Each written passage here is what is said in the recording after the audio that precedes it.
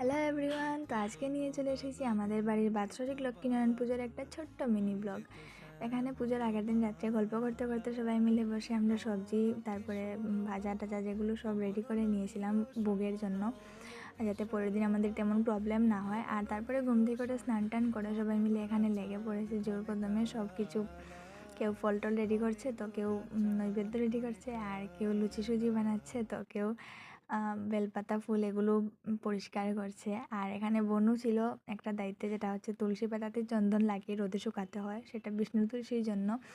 তো আগে এই দায়িত্বটা ছোটোবেলা আমার ছিল, এটা আমি করতাম। আর 108টা তুলসী পাতাতে লাগাতে হতো, তো এখন তো 28টা দিয়েই পুজো হয়, আগে 108টা লাগতো।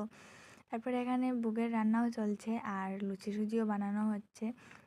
আর আমি আর বনু বসেছিলাম এখানে জেঠুর পাশে, যাতে যা লাগে আমরা দিতে পারি। তো এখানে চাও হয়ে গিয়েছিলো, তো একটু চা খেয়ে নিলাম। আর এখানে বনু মানে কাশি বাজাচ্ছিল। তারপরে এখানে পঞ্চপ্রদীপ রেডি করা হচ্ছিল, আর বাকিটা তোমরা নেক্সট পার্টে দেখতে পারবে। বাই।